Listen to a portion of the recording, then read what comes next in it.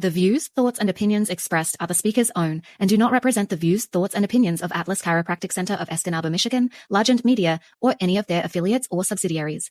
The material and information presented in this podcast is for entertainment purposes only. Should you need medical attention or advice, seek out a licensed medical professional or facility in your area.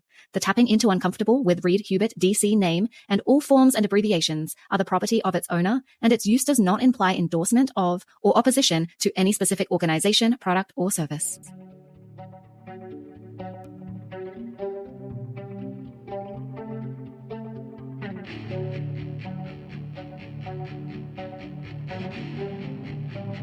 Welcome to Tapping Into Uncomfortable, the health podcast that leads the way, and there ain't nothing like it. All right, folks, now today it's very, very important. For the first time ever in Tapping Into Uncomfortable, I need your help with the riff. So, Maestro, if you please, 3, 2, 1, the riff! You're welcome to give your evil laugh at the end too, but I am so proud of you. You did it. Hey, got a big question for you. Have you ever wondered why the brain looks as disgusting as it actually does? You look at it and you go, that's the brain. There's nothing else like it. It's absolutely fantastic. All those little twists and turns, that's called a gyrification. And what that actually means is your brain tries to keep and be as effective as it humanly can. So what it does is it folds upon itself and it keeps folding and folding and folding so that I call it mind origami. What it actually does is it folds itself to get as much material as it can before it sits inside of the skull. What's amazing and fantastic about that is that actually starts at the 20th week of gestation, and that folding continues till you're 1.5 years old. Now, one of the things that makes it so cool is the speed of how things get done. So as it completely folds, things get closer to each other, which means communication is faster. Isn't that fantastic? What are we going to talk about today? We're going to talk about 4 T's refresh. What does that mean? We're going to talk about the 4 categories of things that have actually gone on, especially in the last year since we started this podcast, that actually apply to your health in the 4 T's category. And the second thing we're going to do, we're going to answer the Q&A. Can you get the flu from the flu shot?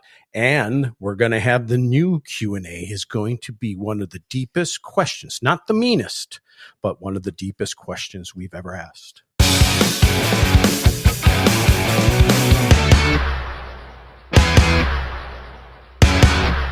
Let's talk about neuroplasticity as it comes to thoughts. So I wrote a book, and last year, Cambridge University study just came out. And in that study, it actually says the way we think and the way we're talking about neuroplasticity in the brain, which is your brain is plastic. It can be developed. You can change it, but only so far. What they did is they proved with science that the way we're talking about it, the way we're thinking about some of the things I wrote in chapter 1 are now wrong. So it's the eternal march of science. Essentially, why would it matter to you? It doesn't matter to you. What you need to know is your brain is plastic.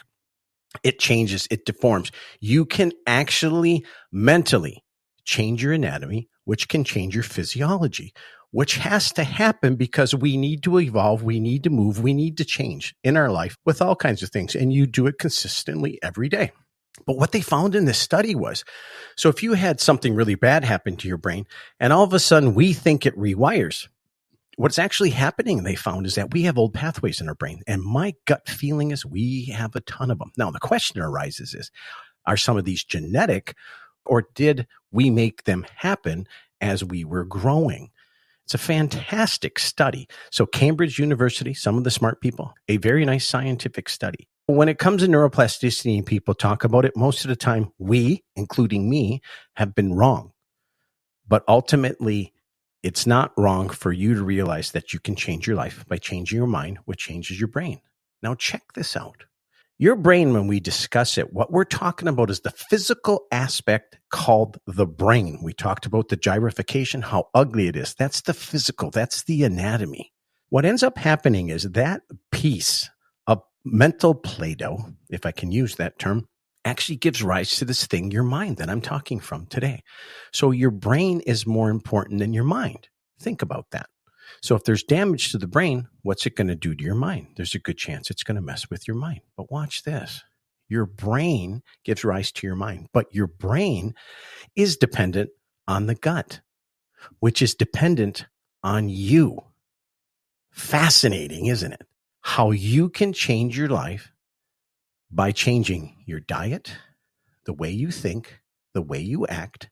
My friends, that's neuroplasticity, which brings me to a new emerging diagnosis. So what happens is when a bunch of smart people get together and they throw out there to these organizations and say, look, I've been seeing some really wild things. There is a new diagnosis that isn't quite approved yet, but I 100% agree with them because this is what I'm seeing in my office, a whole bunch. Here's the reason why.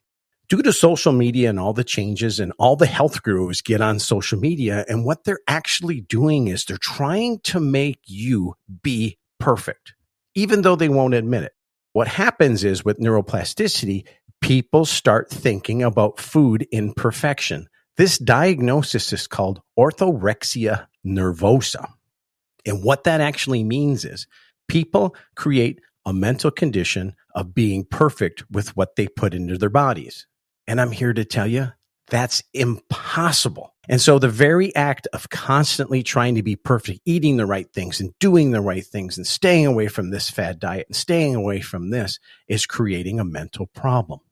Which finally brings me to this. I've been picking on you folks a lot about food, ultra-processed food. We're going to be doing a podcast in the future about what all that means. But I need you to really think about this. This is how deep it gets. How old is our hunger or our urge to eat? When did that come on?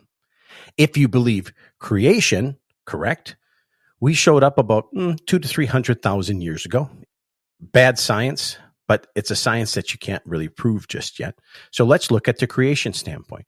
When you look at the two people that were involved, what also was involved? Food. Fascinating, isn't it, to think about that? From an evolutionary standpoint, what if we're millions of years old before all this happened? The urge to eat and drink has been there the whole time. So my question for you is, do we need to start looking at our problems with food more on an addiction? I'm a firm believer with what I'm seeing that people do not want to be overweight. They do not want to have arthritic conditions and links to other diseases and diabetes type 2. They do not want this. Then why are they doing it? I think it gets to the point that we're addicted. And in some cases, folks, no one is to blame.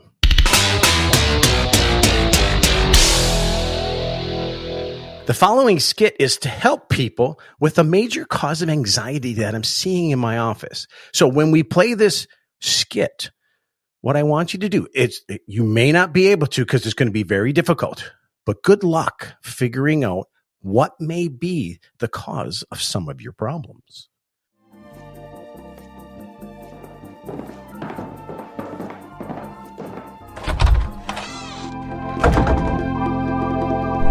Welcome to the world of stuff. Here's what we're going to do here.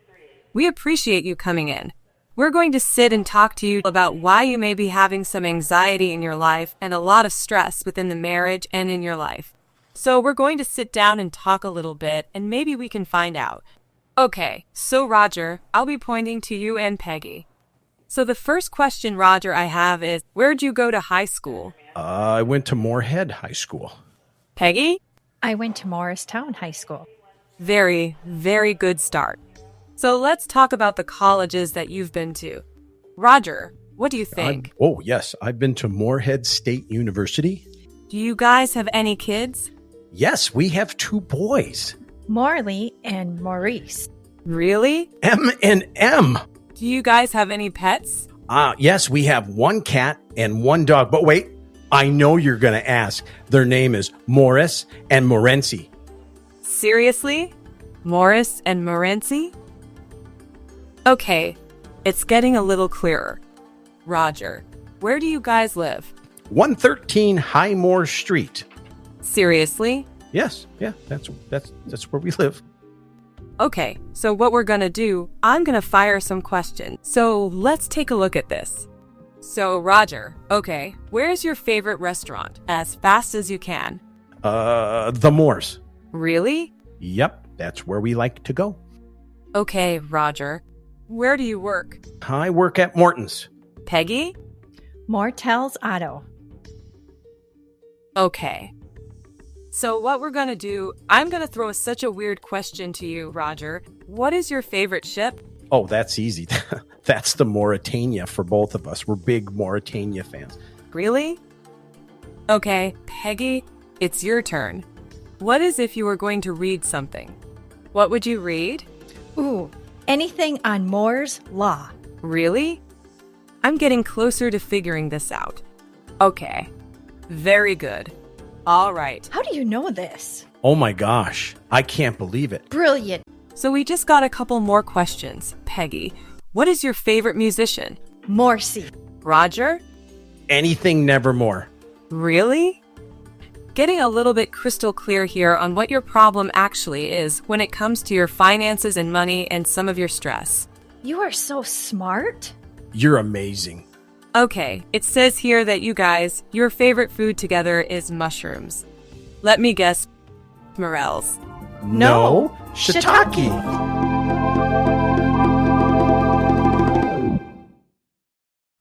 All right, folks, if you haven't figured it out yet, more is destroying us. We need to be careful with it.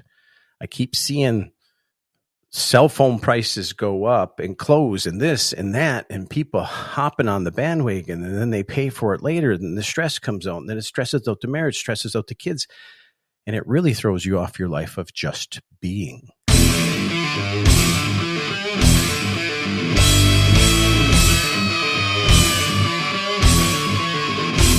Alrighty, folks, let's get into toxins. We're going to talk about PFAS because I'm telling you it is going to absolutely blow up, and it already is, and it's going to get more and more and more.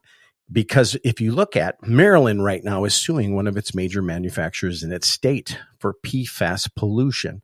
There is no safe limit in the human body. And what's happening is you can detect it through blood. And one of the weirdest things about this is it reminds me of bloodletting back into the 1700s when medicine, that's where their science was. Because one way to lower PFAS in your body is to donate blood or plasma. It's been proven. They'd have people with PFAS and they do that, which is really odd because essentially what we're doing is the recipient of that blood is going to get PFAS. However, I want everybody to know it is greater to donate blood and receive blood because that is a state you don't ever want to be in than to worry about PFAS. But that's one of the ways they're dealing with PFAS toxicity. Another way that they have found also is that there's 2 cholesterol drugs that bind with PFAS in the gut and get rid of it. There is no limit. We know it causes cancer.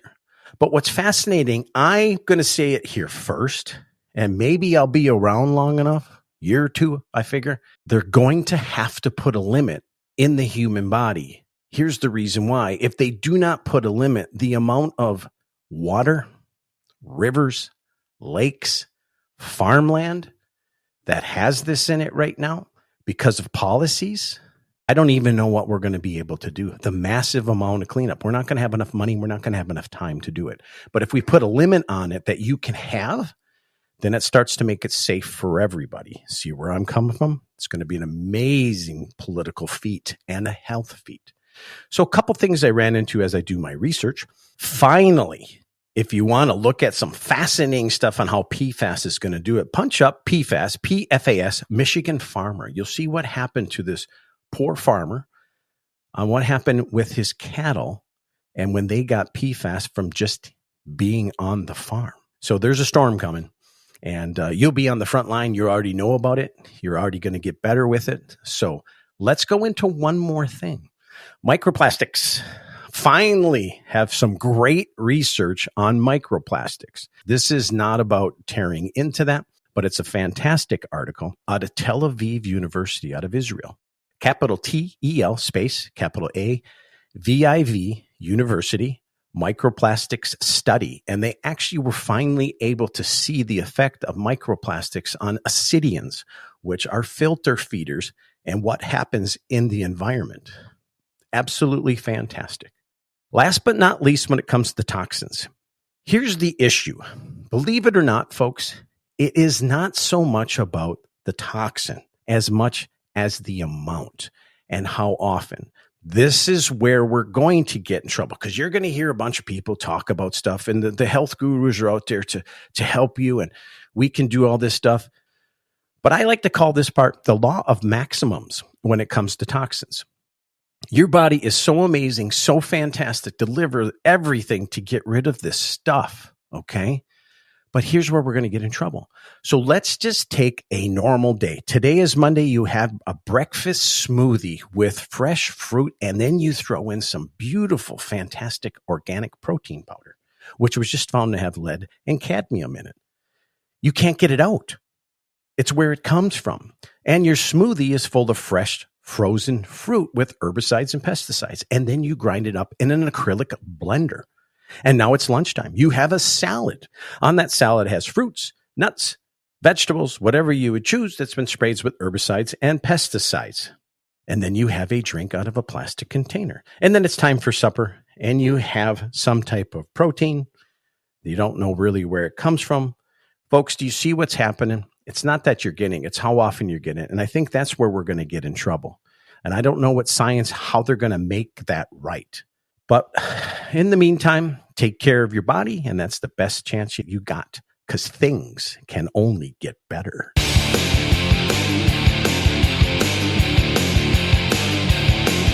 What is happening in trauma? Trauma is this. Trauma, every single solitary surgery you have is good trauma. That's what we like to think. What's happening in the world of surgery is remote robotic surgery, which is absolutely going to be fantastic, that someday you're going to be able to go to a center. Robots are going to be performing. However, the person that's performing that through the internet down to those instruments could be in another country, which is going to be fantastic, because we're going to get unbelievable professional experts are going to be able to do this. It's going to be fantastic. And AI right now in healthcare is completely changing it. I can't even believe what we're going to see in 10 years, what AI is actually doing, from diagnosis to treatments. It's going to be pretty amazing. So in trauma, that's the easiest category, but that's exactly one of the cool things that's going on.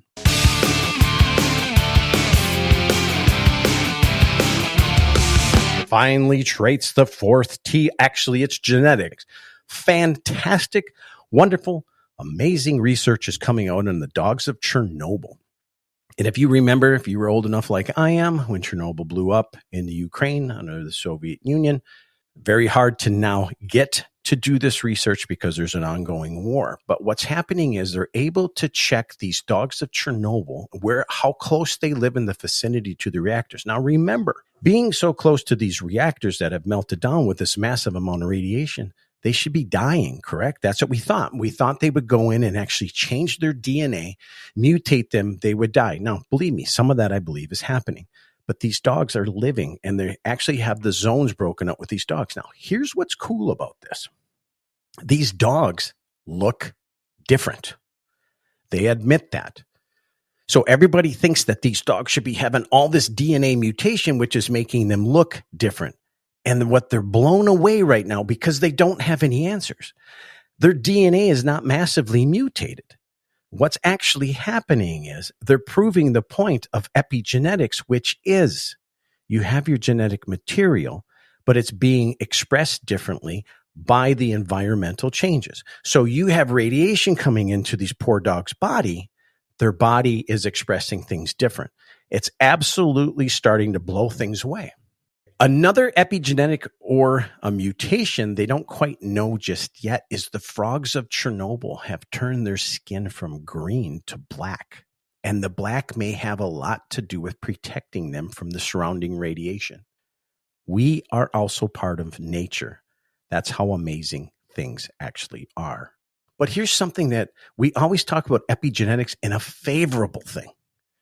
Let's talk about the possibility of autistic spectral disorders being epigenetics, but not the way we think.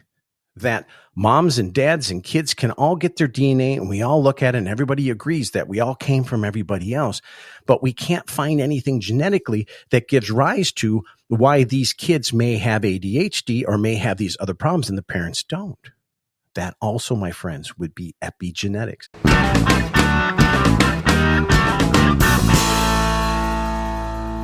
All right, so the Q&A, which is once again my favorite part where I get to give my opinion, but in this case, this is not opinion, this is fact. Can you get influenza from the flu shot? No, you cannot. There's not enough there to get the flu. Did you really think I was going to leave you hanging like that? There are rare cases where a person can get the flu shot and within 24 hours. They're sick as a dog. It actually looks like the flu. So what is that actually happened? Because this is where this comes from. A person says, I got the vaccination and then I got the flu.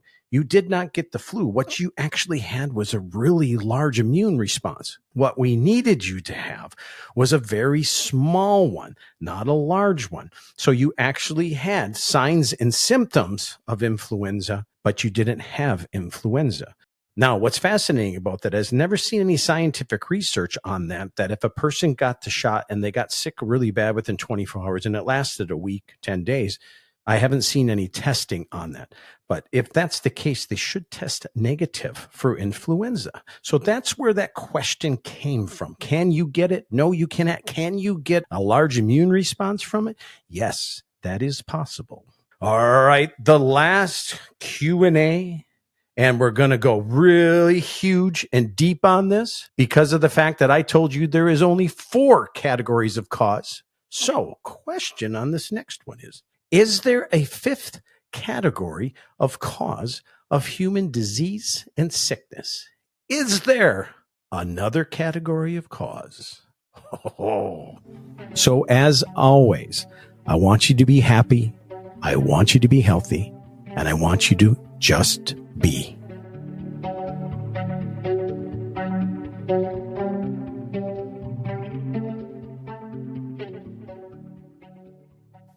This whole podcast is based on a book. Be on the lookout for 4 T's to a Better You, a blueprint for identifying and addressing the 4 causes of sickness. You'll be able to buy it just about everywhere.